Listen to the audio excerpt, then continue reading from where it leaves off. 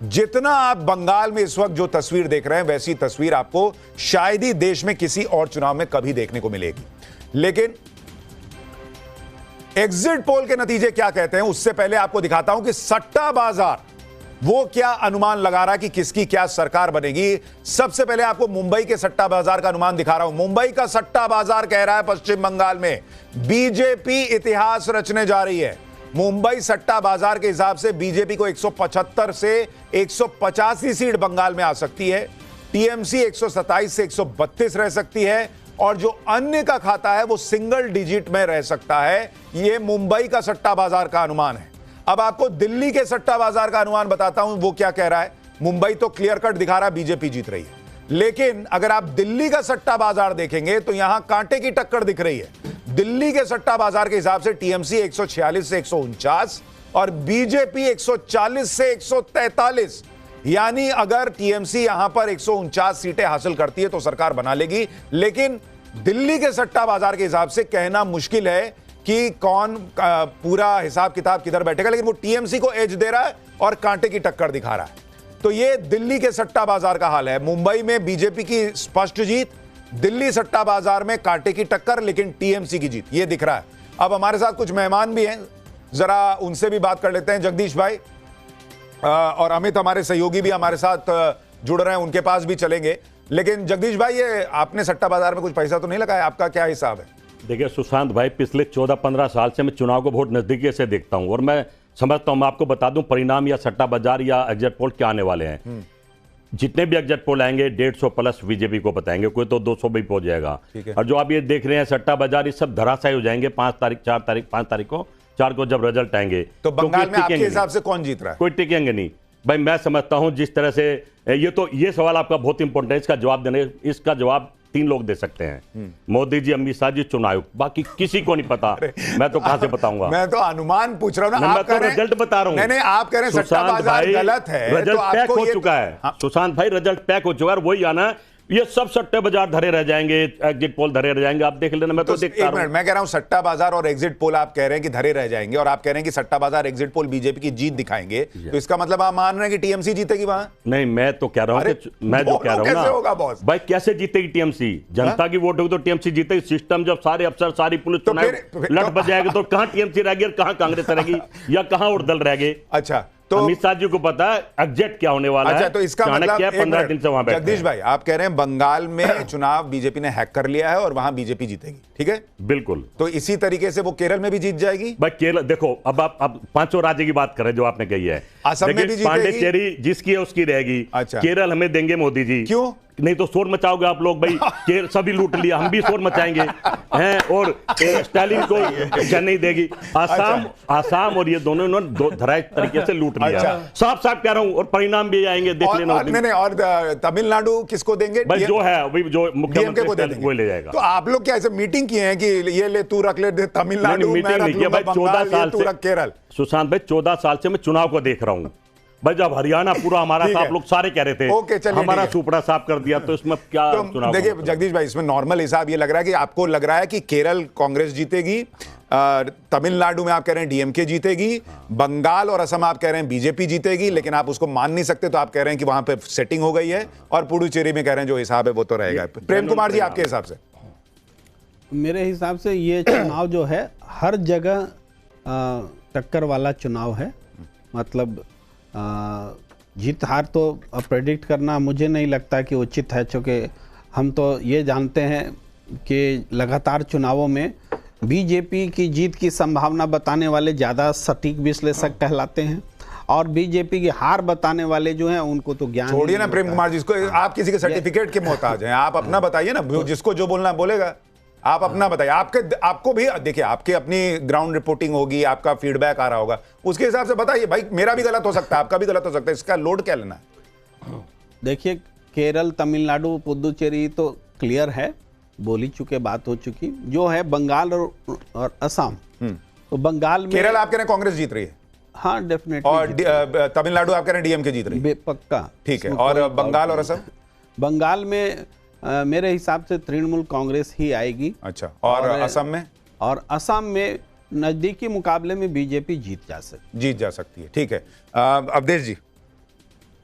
देखिए, जो बंगाल का चुनाव है वो सबका ध्यान सबसे ज्यादा वही है, क्योंकि बंगाल की जो बहुसंख्यक जनाकांक्षा है, जो पीपुल्स एस्पिरेशन दिखाई दिया है, लोगों की आकांक्षाएं क्या है, उसमें व्यापक इसमें है कि ये सत्ता की जो पूरा कल्चर है ये बदलना चाहिए, क्योंकि वहाँ जनसांख्यिकी जो है वो डेमोग्राफी, राष्ट्रीय सुरक्षा, उससे जुड़ा हुआ घुसपैठ, हिंदुओं के अपने अस्तित्व का प्रश्न कि अगर ये सरकार रह गई तो बांग्लादेश हमारे साथ भी हो सकता है, और आंतरिक सुरक्षा, खासकर महिलाओं की सुरक्षा और आर्थिक विकास, ये ऐसे भाव थे जो नई पीढ़ी से लेके बाकी को लग रहा था कि इस सरकार में ये सब संभव नहीं है, तो हमको इसमें बदलाव करना तो परिवर्तन होगा आप कह रहे हैं? देखिए, पूरी संभावना है परिवर्तन की। ये आप डिप्लोमेटिक मत खेलिए, नहीं, सीधा बताइए ना, खुल के बताइए क्या लग रहा है। संभावना नहीं, मैं इसको संभावना वाला वर्ड हम लोग नहीं लेके चल रहे हैं। ममता बनर्जी की वहां शुरुआत 60 से 65 सीट से होती है। ठीक है, सही बात है। क्योंकि मुसलमानों का जो बहुमत है, बल्कि मतलब नहीं, मैं अगर उसको वोट शेयर में चेंज करूं अधिक संख्य देखिए, मुसलमान अगर आप मान के चलिए 30% के करीब मान लीजिए बंगाल में मुस्लिम वोटर है,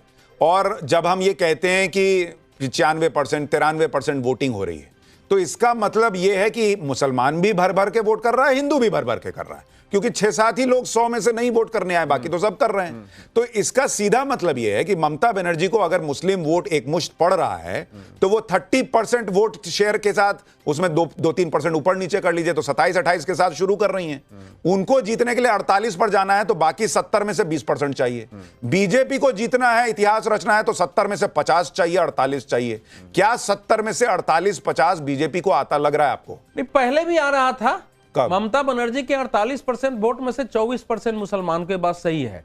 भारतीय जनता पार्टी को 5 से 6% वोट और चाहिए था हिंदुओं का इस बार की जीत के लिए, और बाकी जगह मिल रहा है। लेकिन जो वो 74-75 सीटें हैं ना, वहां हिंदू किसी को जिताने की स्थिति में नहीं रहते हैं। तो उसमें से मुझे लग रहा है कि 5-6 सीटें तो कांग्रेस के पास जा सकती है, मालदा, दक्षिण दिनाजपुर और उस एरिया की, लेकिन बाकी सीटें वो जाएंगी। बीजेपी को 230-32 में से लाना है, और मुझे लग रहा है कि इस बार वहां मामला बदला हुआ है, जितने सुरक्षा में मतदान हुए हैं। अमित भाई, मैं आ रहा हूं, हमारे साथ टीएमसी के प्रवक्ता संजय शर्मा भी जुड़ गए हैं। संजय जी, अब तो ऑलमोस्ट चुनाव खत्म ही हो गया, ज्यादा समय नहीं बचा है, 6 बज गए हैं, एग्जिट पोल भी हम लोग रख ही देंगे। आपके हिसाब से बंगाल क्या लग रहा है आपको?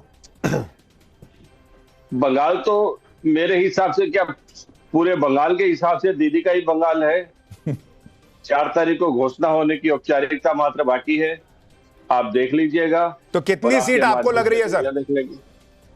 हमारी सीटें 226 के आसपास रहेंगी। 226?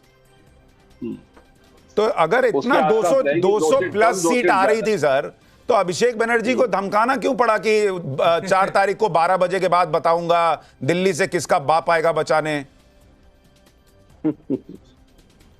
धमकाने की हमें आवश्यकता नहीं पड़ती, धमकाना तो केंद्रीय गृह मंत्री को आता है। ए दीदी, कान खोलकर सुन लो, बंगाल की जनता ने तो ये जो अभिषेक बनर्जी की लाइन है, आपको ये धमकी की कैटेगरी में नहीं लगती है कि कौन तुमको बचाने आएगा 4 तारीख को 12 बजे के बाद? ये केंद्रीय गृह मंत्री जी जैसी भाषा बोलेंगे। आप मुझे बताइए, भाषा की शुरुआत इन्होंने की, और अभिषेक बनर्जी ने जो बात कही है वो बात टू द पॉइंट कही है, टू द पॉइंट कही है। यदि गुंडई करोगे तो गुंडई का जवाब, यदि कोई यहाँ पर ये आजकल सिंघम की चर्चा चल रही है, अभिषेक बनर्जी ने गुंडे का इस्तेमाल नहीं किया। गुंडे शब्द का इस्तेमाल अमित शाह जी ने किया था, अभिषेक बनर्जी जी ने गुंडे शब्द का इस्तेमाल नहीं किया था। जो और उन्होंने कहा कि ये सीट हम पिछली बार भी नहीं जीते थे, और इस बार भी अगर होगा तब देख। नहीं, वो तो खुलेआम, सुनिए, उस सारे खुलेआम भारत के चुनाव के इतिहास में सब एक पार्टी का सर। अच्छा, चलिए संजय भाई, ये बताइए, खुलेआम धमकी है मतदाताओं आपको अभिषेक बनर्जी की धमकी नहीं लग रही, लेकिन ये बताइए, आज जो वो ईवीएम वाला कांड हुआ है कि बीजेपी के कैंडिडेट के सामने जो बटन था उसमें टेप लगा दिया, वो क्या था? अब पकड़ा गया वो, ये पकड़ा दे, इस पर तो चुनाव आयोग स्पष्टीकरण देगी। चुनाव आयोग ने कहा है कि कुछ यदि हमें गड़बड़ लगी तो हम नहीं, अरेस्टिंग हो गई। सुनिए, प्रदेश के मुख्य निर्वाचन अधिकारी ने, अभी टाइम्स नाउ पर वो इंटरव्यू आ रहा था, उन्होंने कहा है कि वो व्यक्ति गिरफ्तार हो चुका है।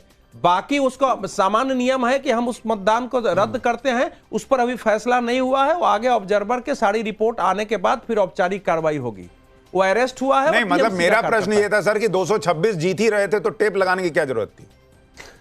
अरे इसका मतलब आप बोल रहे हैं क्या कि टेप हम लगवाने का, टेप लगाने का काम हमने किया है? ये सब काम भारतीय जनता पार्टी का है। अच्छा, बीजेपी वो अपने लोग कैंडिडेट करते के हैं। सामने जो बटन था उस पे लगा दी टेप कि मेरे को वोट मत कर दे। बीजेपी विक्टिम कार्ड तो खेल सकती है ना। देखिए हमारे साथ ऐसा हो रहा है जिसमें लोग माहिर हैं। अच्छा, विक्टिम कार्ड खेल रही है, ठीक है। अमित भाई भी हमारे साथ जुड़ गए हैं, हमारे वरिष्ठ पत्रकार हैं हमारे साथ।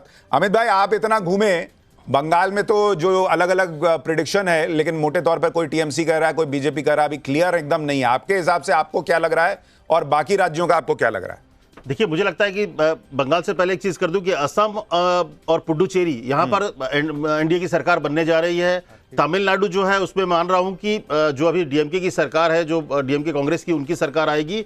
और सबसे बड़ी बात कि केरल में जो है वो कांग्रेस, वहां पर बीजेपी अच्छा करेगी, 1 या 2 सीटें लेके आने की संभावना है। लेकिन अगर बंगाल की बात करिए तो मुझे लगता है कि बीजेपी के लिए इससे बेहतर माहौल नहीं हो सकता है कि जब लोग इस तरह से खुलकर सामने आए हैं। पहली बार ऐसा हो रहा है कि आपको मुझे लगता है कि हम लोग सबने इतने साल से पत्रकारिता की है कि बंगाल के चुनाव में पहले फेज में एक भी बूथ में रिपोलिंग तक नहीं हुआ है। तो ये अपने आप में हुआ और मुझे लगता है उसकी वजह से सेकंड फेज में भी इस तरह से लोग आ रहे हैं। लेकिन अमित भाई, जब पत्रकारों से आप चर्चा कीजिए तो मोटे तौर पर एक फीडबैक ये भी मिल रहा था बीच में कि जो बंगाल के स्थानीय पत्रकार थे उनमें से ज्यादातर ये कह रहे थे कि ममता बनर्जी की सरकार आ जाएगी, और जो दिल्ली से गए हुए पत्रकार थे वो ये कह रहे थे कि नहीं, बीजेपी की सरकार आ सकती है। नहीं, देखिए, मुझे लगता है कि ऐसा नहीं है कि उसमें से कई ऐसे लोग भी हैं जो दिल्ली से गए हैं, वो उनको लग रहा है कि ममता आएगी। और वहां अच्छा, पर भी लग रहा है। ममता, जब हम लोग भी वहां पे बहुत पत्रकारों से मिले, जब बंगाल में कलकत्ता में थे और इसके अलावा कई ऐसी जगहों पर जब गए हम लोग रोड शो के दौरान या फिर गांव में, तो उन लोगों ने भी कहा कि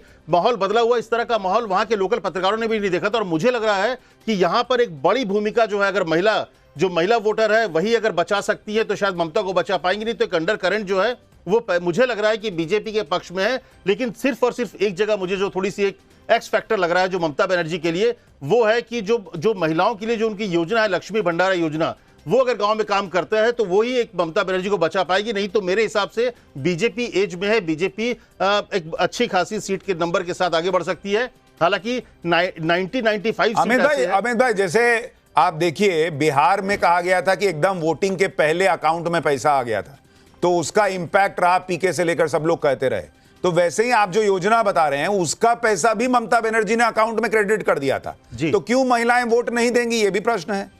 एकदम निश्चित, इसलिए मैं बोल रहा हूं कि उनके पक्ष में सिर्फ और सिर्फ एक चीज जाता है, क्योंकि बाकी सब जगहों में बहुत मुश्किल है, क्योंकि एक आम लोगों में नाराजगी है ममता को लेकर। और 15 साल का जो एक आप कह सकते हैं फटीक भी है, लोग कहते भी है कि चेंज हो जाए, लेकिन जो गरीब, क्योंकि बड़ा जो सेक्शन है वो गांव में है, और गांव की जो गरीब महिला है जिसके अकाउंट में पैसा आता है ना, एक आशंका ये भी होती है कि जो सरकार पैसा दे रही है लोग उस पर भरोसा करते हैं। तो मुझे लगता है सिर्फ एक वो एक्स फैक्टर है जो कि ममता को बचाती दिखती है। अदरवाइज मुझे एक चीज और भी लगती है, जब हम एंटी इनकम्बेंसी की बात करते हैं। देखिए, बंगाल में 15 साल में लोग थकते नहीं है, वहां का मिजाज थोड़ा अलग है। आप देखिए, 34 साल लेफ्ट रह गया, उसके पहले कांग्रेस इतने साल रहा था।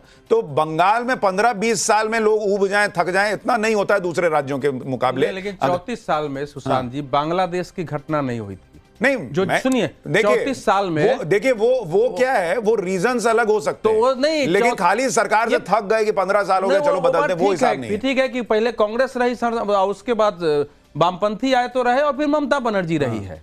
लेकिन वामपंथियों ने शासन करते हुए भी उनके भी निर्मम शासन था, महानिर्मम था, निर्मम शासन था। लेकिन ममता बनर्जी के शासन काल में तो क्लियर कट लगा है पिछले 7-8 सालों में वहां के हिंदुओं को। जैसे आप मुर्शिदाबाद का दंगा ले लीजिए, महिलाओं के वस्त्र जिस ढंग से उठा लिए गए कि महिलाएं यहां से नंगे होकर निकले, और तालाब में जहर डाल दिया गया। और ममता बनर्जी कोलकाता में इमामों और मौलवियों के साथ मीटिंग कर रही थी कि आरएसएस बीजेपी ने कराया है। तो ये सब जो घटनाएं हुई है, दूसरा जो, ठीक है, मैं 1 मिनट आता हूं। एक अवधेश जी भी हमारे साथ जुड़ गए हैं, माफ कीजिएगा, हमारे साथ बीजेपी के प्रवक्ता जुड़ गए हैं, विजय शर्मा जी। विजय जी, बहुत स्वागत है आपका, थोड़ा लेट आप जुड़े, लेकिन मोटे तौर पर जो यहां पैनल है वो सब बंगाल में टीएमसी की जीत की तरफ इशारा कर रहा है, लेकिन कह रहा है बीजेपी भी टक्कर में है। आपको क्या लग रहा है? जीत की तरफ नहीं, वहां अगर आप जमीन पे जुड़े किसी कार्यकर्ता से बात करेंगे, वहां की रैलियों में देखेंगे, यशस्वी प्रधानमंत्री की रैली में लाखों लोग उमड़ रहे हैं, और जिस तरह से लोग, जनता समर्थन दे रही है भारतीय जनता पार्टी को, मुझे नहीं लगता भारतीय जनता पार्टी प्रचंड बहुमत के साथ आ रही है। 185 सीट से ज्यादा हम जीतने जा रहे हैं। अगर आंकड़े पिछले चुनाव से सर इस बार बंगाल में क्या अलग है जो आप 77 से 185 जा रहे हैं? क्योंकि जनता सड़कों पर आ गई है, जनता समझ चुकी है भय, भ्रष्टाचार, अपराध और घुसपैठियों के खिलाफ जनता ने मन बना लिया है।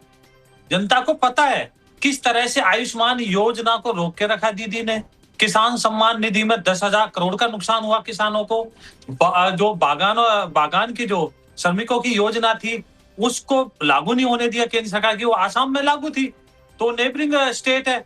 तो ये सब चीजें दिखती हैं। और जिस तरह से घुसपैठियों ने माता बहनों की इज्जत लूटी, आपने आरजीकर का वाला मामला देखा होगा, जिस तरह से उन्होंने कहा कि मुस्लिम तो दूध देने वाली गाय है, जिस तरह से हिंदुओं को त्योहार मनाने नहीं दिया गया, उनको हाई कोर्ट की शरण लेनी पड़ी।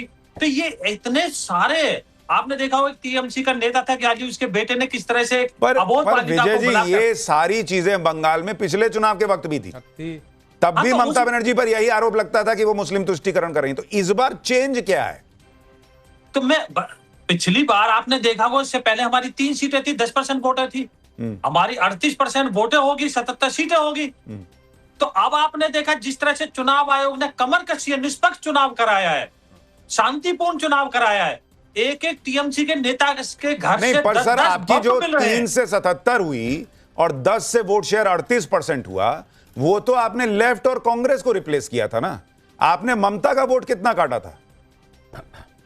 बात ये नहीं है, हमने तो बंगाल की जनता का दिल जीता था, और आज हमने बंगाल की जनता का ही दिल जीतना है। वो प्रधानमंत्री मोदी जी के भाषण सुन लीजिए, एक एक बात अच्छा, हमने विकास बंगाल की आप बात कॉन्फिडेंट की है। हैं? देखिए, आपके लिए अच्छी खबर यह है कि सट्टा बाजार भी कह रहा है कि बंगाल में बीजेपी की सरकार आ सकती है। हालांकि कुछ कह रहे हैं क्लोज फाइट में टीएमसी की भी सरकार आ सकती है। तो एक लाइन नहीं, हमारे पन्ना प्रमुख दो चीजें जो है, विजय जी एक मिनट, 2 चीजें बंगाल में इस बार जो है पैराडाइम शिफ्ट का कारण बना है।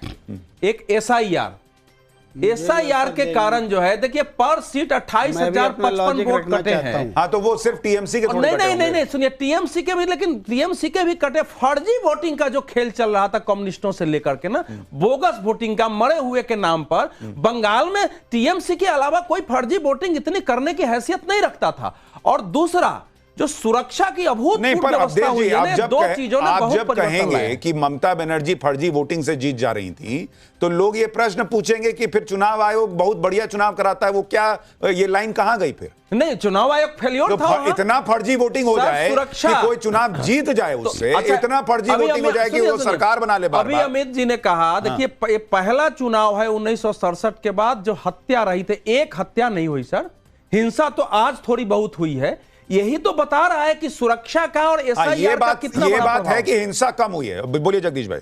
देखिए विजय शर्मा जी बड़े खुश थे कि प्रधानमंत्री की रैली में लाखों लोग थे। अरे भाई कम बता रहे हो आप, लाखों तो हिंदुस्तान से चले गए थे, कम से कम 5-7 लाख तो बताते, थोड़ा सा और सम्मान बढ़ता। कहने के मैं समझता हूं कि अमित शाह जी कह रहे हैं, जगदीश भाई का दर्द समझिए भाई अमित शाह जी कह रहे हैं जाकर, लाखों लोग आ जाते हैं, अमित शाह जी कह रहे हैं वहां जाकर कि हम 1 लाख नौकरियां देंगे। अरे 2 करोड़ भारत की खा रहे हो, कहां से दोगे? आप कह रहे हो 3,000 माताओं के अकाउंट में डालेंगे, रो रही है दिल्ली वाली बेचारी सारी। कहां, कौन आप पे यकीन करेगा? भीड़ दिखाकर वोट के चक्कर में मत रहो भाई, ये दुनिया सब जानती है, पैसे अरे भी पर नहीं देगी जगदीश भाई, और वोट भी नहीं देगी। जगदीश भाई, हालात ऐसे हो गए हैं। मतलब आप ये कह रहे हैं कि कोई बीजेपी पे भरोसा नहीं करेगा, फिर भी वो 77 सीट लाते हैं और आप भरोसे के लायक हैं, लेकिन आपको सीट नहीं आती। भाई मेरी बात सुन, हम तो लड़ी इस बात पहले सब सीटों पर हैं, अगली बार रिजल्ट देंगे आपको, क्योंकि बंगाल की जनता दोनों ही पार्टियों को देख रही है, दोनों एक ही थाली के चट्टे बट्टे हैं। राहुल गांधी जैसा कोई नहीं जो जनता की बात बंगाल में कांग्रेस की सरकार आ रही है। रहता हूं, देखिए कहां पे? बंगाल में। और नहीं, बंगाल में नहीं आ रही, मैं कह रहा हूं भाई सच्चाई तो सच्चाई है। बंगाल में तो भी सारे आंकड़े 200 सीट आ रही है आपके हिसाब से? कांग्रेस को कितनी? भाई बंगाल में तो ईवीएम और एसआईआर का खेल है, चुनाव और अमित शाह मिलके 200 पार ले जाएंगे और ले जाएंगे। एक मिनट बैठी रह जाएगी। एक मिनट सर, ये बताइए, जब ईवीएम का खेल अमित शाह कर ही सकते हैं तो एसआईआर क्यों किए? और भाई इस बार ईवीएम का नहीं है, इस बार एसआईआर का खेल है। पहले ईवीएम का था, सबसे पहले ईवीएम का विरोध मैं करता था, तो इस बार ईवीएम का नहीं है। आप लोग हंसते थे, पूरा देश कह रहा है ईवीएम से लूटा, अब एसआईआर से लूटेंगे, हमारी वोट काट देना, उनकी बढ़ा देना। पूरा देश समझ रहा है, जिस राज्य में 1 करोड़ 27 लाख वोट कट जाए, और बिहार में हजार वोटों से बनवास दे दिया था इन्होंने लालू के बेटे को पिछले चुनाव में, रात को 3:30 बजे 11 आदमी क्या दिए, डीएम ने जाओ आप हार गए, जगदीश भाई, चले जाओ कोर्ट, कौन किसकी सुन रहा है? जगदीश भाई, अगर ईवीएम हैक हो सकता है तो इस बार क्यों नहीं कर रहे हैं? इस बार एसआईआर क्यों किए? आपकी पोल खुल गई है, हर बार अच्छा, पोल खुल कर गई। लेते हैं। अच्छा, इस बार ऐसे चलेगा, अगली बार कुछ और चीज ले आएंगे। इनका सिस्टम है, पूरा साल पूरी बीजेपी लगाते दिमाग कि जनता को कैसे लूटा जाए दोनों हाथों से, और लूट रहे हैं। बताओ ना, आप लोग चिल्ला चिल्ला कर कहते हैं हरियाणा कांग्रेस, सुपड़ा साहब बीजेपी का, और सुपड़ा साहब हमारा कर दिया, तो कहां वोट का मतलब रहेगा भाई, और कहां चुनाव का मतलब रहेगा? अच्छा। ममता 4 मई को संजय शर्मा जी, जनता के बीच में पर आराम से चुनाव हुए हैं, लोगों ने अपने वोट डाले हैं, फॉल्स वोटिंग नहीं, एकदम नहीं हुई है।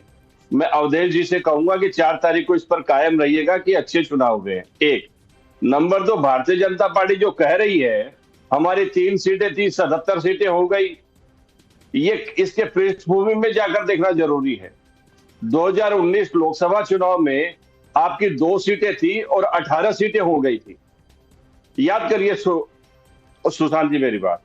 फिर 2021 का विधानसभा चुनाव आता है, इनकी 77 सीटें हो गई, हम सब ने देखा। फिर 24 लोकसभा चुनाव आता है, इनकी लोकसभा में 18 से घटकर 12 रह गई। बंगाल की जनता का मैंडेट यहां से काउंट करिए आप, 77 से काउंट करने से नहीं होगा। जितने कटे उतने भाजपा के भी कटे होंगे। संजय जी, तमिलनाडु में 74 लाख वोट कटे, जरा ध्यान से सुनिए। उस समय आपके यहाँ 58 लाख ही कटा था। तमिलनाडु में 74 लाख वोट का नाम कटा, लेकिन वहां इतना बड़ा इशू नहीं बना वो। उस समय अब न जाके 91 लाख हुआ है, उस समय तो आपके यहाँ कम ही कटा था।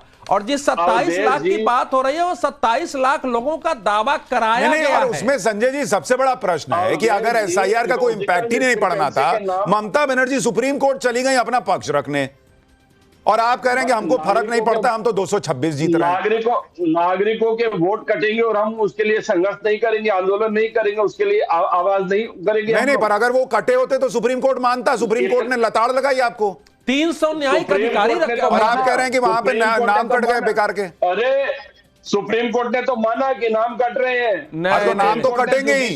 एसआईआर की प्रक्रिया ही नाम गलत नाम हटाने के लिए है सर। सुप्रीम कोर्ट ने ये नहीं कहा कि गलत नाम कट रहे हैं। 300 जज लगाए गए। सुनिए, आपके एसआईआर में 300 जज लगे हैं अलग अलग राज्यों के, और 300 जजों ने मिलकर के वो जो लॉजिकल डिस्क्रिमिनेंसी था उसका फैसला किया है। कोर्ट का भी चुनाव आयोग पर भरोसा। चलिए ठीक है, देखिए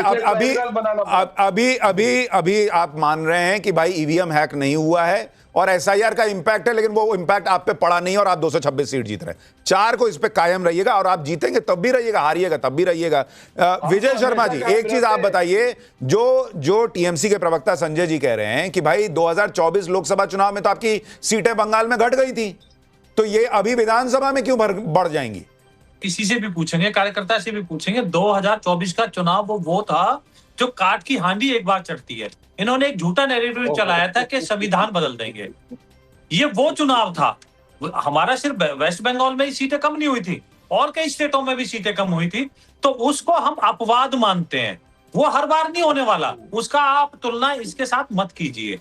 बाकी आप देखेंगे 100% मैं श्योर हूं, जितने हमारे पन्ना प्रमुख, तो वो 100% कमल खिलने जा रहा है, क्योंकि उन्होंने जो भ्रष्टाचार किया है, एक मंत्री के घर से इतने पैसे निकलते हैं कि नोट गिनने वाली मशीनें गर्म। अच्छा प्रेम कुमार जी, एक बात बताइए, आप कॉन्फिडेंस के साथ कह रहे हैं कि भाई टीएमसी की वापसी हो रही है, अगर जैसे बीजेपी कह रही है कि क्या क्या चेंज हुआ, इस वजह से इस बार परिणाम बदल जाएंगे, आपके हिसाब से ममता बनर्जी के पक्ष में ऐसा क्या जा रहा है? और कुछ करीब 23 या 27 में भूल रहा हूं, उतनी सीटें ऐसी थी जहां की वो भी चली जाती बीजेपी को, लेकिन वहां लेफ्ट वो चीजें भी हुई। लेकिन लेफ्ट का जो फिर से इमरजेंस है, ये हिंदू वोट में ज्यादा प्रभाव है लेफ्ट का। तो लेफ्ट का इमरजेंस क्यों है आपके हिसाब से? क्योंकि जो टीएमसी है उसके लिए कहा यह जाता है कि टीएमसी में लेफ्ट का पूरा कार्डर शिफ्ट हुआ और वो टीएमसी जो है मजबूत होकर सरकार में आई, तो अब अचानक से लेफ्ट कैसे इमर्ज हुआ, क्या हुआ? ये तो आप जो बात कर रहे हैं वो तो उस समय है जब सत्ता परिवर्तन हुआ। ठीक है, अभी क्या चेंज हुआ? उसके बाद तो लेफ्ट कमजोर हुआ। ठीक है, इसके बाद भी हम कह रहे हैं पिछले चुनाव में 43 सीट्स पर बीजेपी को फायदा हुआ, लेफ्ट के कारण फायदा हुआ। मैं ये पूछ रहा हूं कि बीते 5 साल में लेफ्ट ने ऐसा क्या किया जमीन पर कि वो रिवाइव हो गया? नहीं, इस बार लेफ्ट ने अपने यूथ विंग को खड़ा किया है, कैंडिडेट्स के स्टूडेंट्स विंग को खड़ा किया है, जेन जी को साथ में रखा है। कम से कम 7-8 सीटें तो पक्के तौर पर कांग्रेस जरूर आ रही है। मुझे लगता है कांग्रेस जो है करीब 5-6 सीटें ऐसी है, मौसम नूर के आने की वजह से मालदा में उसको कुछ फायदा होगा।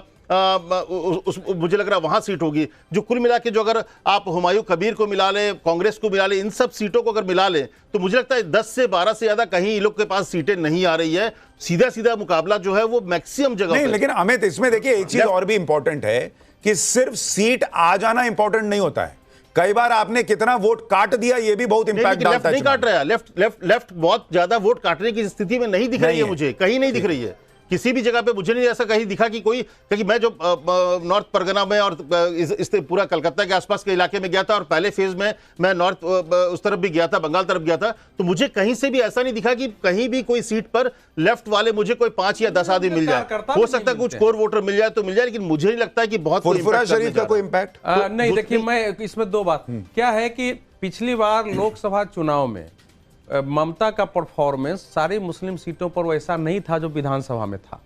40 से 90% की जो 74 सीटें हैं उसमें 54 पर ये केवल आगे थी, जबकि विधानसभा चुनाव में 85 में 75 थी। 11 सीटों पर कांग्रेस आगे थी, 8 सीटों पर बीजेपी आगे थी उसी क्षेत्र में, मालदा, मुर्शिदाबाद और वो जो क्षेत्र है। तो कांग्रेस इस समय केवल वो उसके कारण नहीं, अधीर रंजन चौधरी के कारण भी, जो उनका बहरामपुर का क्षेत्र है, तो मालदा में और दक्षिण दिनाजपुर में और मुर्शिदाबाद में कांग्रेस को 5-6 सीटें पर उसकी बढ़त है, उसमें 3, 4, 5 सीटें वो जीत सकती है। लेफ्ट का तो मुझे कहीं कोई, मैं भी गया था वहां घूम, कभी मुझे लेफ्ट कहीं दिखा नहीं जैसा ये कह रहे हैं। जो सेकंड बात जो है इस समय, देखिए बंगाल में इस बार सुरक्षा की व्यवस्था ने जबरदस्त काम किया है। मैं बता रहा हूं, भाव रहते हुए भी लोग नहीं निकल रहे थे उस प्रकार से, और वो जो लोग निकले हैं डरमरा के तरीके से वोट डाले गए। बंगाल में ऐसे कैंडिडेट हम लोगों के परिचित होते थे जो अपने एरिया में नॉमिनेशन के बाद जाते ही नहीं थे, कि उनको जाना ही नहीं है, वोट पड़ जाएगा अपने आप।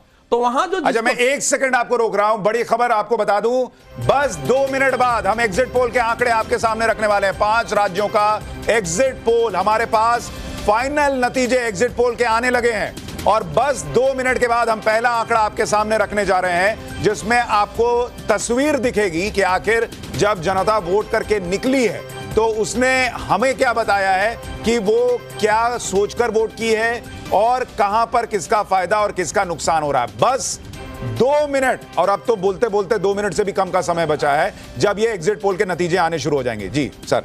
अब छोड़िए, तमिलनाडु पर एक टिप्पणी है मेरी कि तमिलनाडु में एनडीए ने जबरदस्त टक्कर दी है। मैं आपको बता रहा हूं, आपको वहां का जब रिजल्ट आएगा तो आप देखेंगे कि डीएमके के विरुद्ध जबरदस्त एंटी इनकम्बेंसी थी, क्योंकि जो सनातन को दिन रात गाली देने वाले उदय, और उसको बीजेपी। चलिए सर, पहला आंकड़ा हमारे पास आ गया है, एग्जिट पोल के आंकड़े अब हम आपके सामने रखना शुरू कर रहे हैं, और पहला राज्य जिसका आंकड़ा हम आपके सामने रखने जा रहे हैं वो है असम। असम में इस बार क्या स्थिति है वो आपको बता दूं। वोट शेयर पहले आपको बताने जा रहा हूं। कुल सीटें असम में 126 हैं। एग्जिट पोल हमारा कह रहा है, जेबीसी एग्जिट पोल, कि एनडीए को ऑलमोस्ट 46.5 से लेकर 48.5% वोट शेयर असम के अंदर मिल सकता है। कांग्रेस गठबंधन को 36.5 से 39.5% और अन्य के खाते में 14 से 15% का वोट शेयर आ सकता है। अभी सीटें आपको थोड़ी देर में बताऊंगा, लेकिन वोट शेयर यह कह रहा है कि एनडीए को वहां पर बहुत बड़ी बढ़त दिख रही है वोट शेयर के मामले में। अगर आप देखेंगे तो 8 से लेकर 10% तक का गैप दिख रहा है कांग्रेस गठबंधन और एनडीए के बीच में। तो ये बहुत स्पष्ट असम के नतीजे आएंगे। ये पहली तस्वीर इसकी दिख रही है। एक छोटा छोटा रिएक्शन सबसे पहले ले लेते हैं वोट शेयर पर, उसके बाद मैं आपको असम की सीटें बताऊंगा। जगदीश भाई, ऑलमोस्ट 48-49% वोट शेयर एनडीए का दिख रहा है।